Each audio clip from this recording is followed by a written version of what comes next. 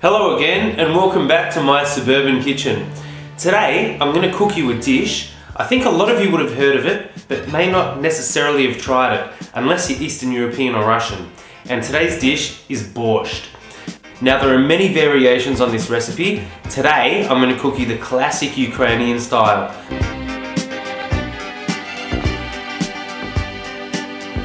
Step number one with any borscht, no matter what variation you're doing, is preparing the beetroot.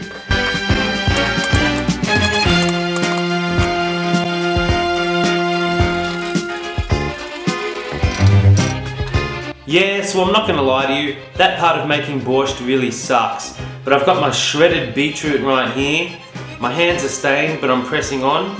Now, we're almost ready for stage one, that's cooking the beetroot. But we're going to need a couple of tomatoes. You can just dice them and get a little bit of vinegar, and we're going to cook that off in a pan. So that's step number one, pretty much out of the way. Believe me, from here on in, it's a breeze. I've got a pan here and I'm going to put that on the stove and heat it up on probably about a medium heat. I've got 30 grams of bacon fat here. I'm going to add about half of that to the pan and get that rendered down, and I'm going to save the rest for later on. Then I'm going to add diced tomatoes. I'm going to add shredded beetroot. I'm going to add maybe 1 tablespoon of plain white vinegar. I'm going to add a little bit of sugar, maybe 2 teaspoons. Okay, so that's done. We're going to cover it and leave it for about 10 to 15 minutes. Let's move on to stage 2. Yes. Stage 2 is all about preparing some of the other vegetables. It's really quite elementary. We're dicing up some onion. We're going to dice up a carrot. We're going to dice up some celeriac. Now this is a vegetable that I like to use in my borscht, but a lot of the Ukrainians like to use parsnip. Yes, stage number 1 is looking pretty good. Have a look at this beetroot. It smells and tastes fantastic. Look at the colour. I love the colour and the smell. It's such a sweet, sweet vegetable. It really is very nice. So, we're going to get that off the stove now because that's pretty much done. We're going to get some butter, about 1.5 to 2 tablespoons worth. Going to drop them in the pan for stage 2.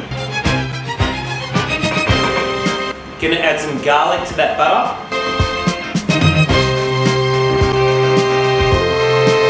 And just get that nicely cooked off. So we're going to add our onions and carrots to that.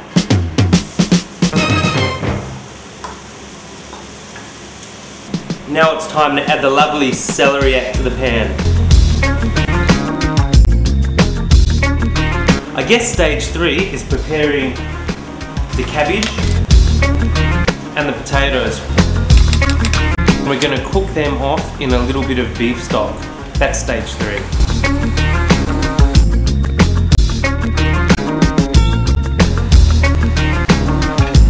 Beautiful. That looks really good. So right about now, it's time to combine. Basically, I'm going to add about 4 bay leaves to this mix. And, I don't know if you can see them there, about half a dozen peppercorns. I'm going to add our vegetables. And finally, it's time to add the all-important beetroot. It's really rather exciting.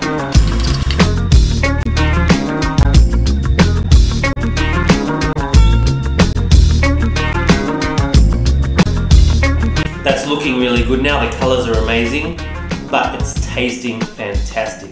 Now I'd be happy to leave the borscht like this, but my very good friend Boris, his mother taught me a trick when you're preparing borscht. Right at the end, you can add a few ingredients to make it taste even better.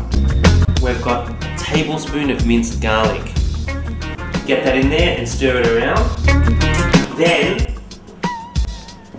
we're going to get the rest of our bacon fat and some parsley. Put that in there.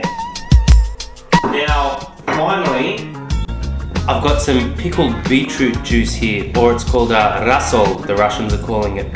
You put that in very close to the end, and that's going to give it extra lift and make a good borscht great.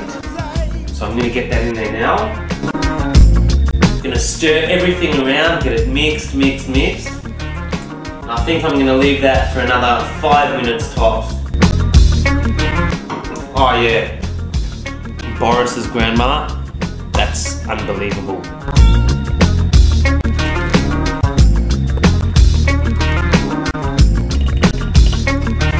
Right about now, our borscht is basically done. And from here, you've got two options. You can basically serve it up as is with nice thick pieces of cabbage and potato and beetroot, exactly how a Russian babushka would serve it. Or you can puree it up to have a nice smooth consistency. Either way, it's fantastic, but it's up to you. Okay, so the finishing touch to any borscht, no matter what variation, no matter if you've pureed it or served it up rustic, is the sour cream. It really is such a key ingredient, so please don't leave it out. We're going to give ourselves a nice dollop on both bowls.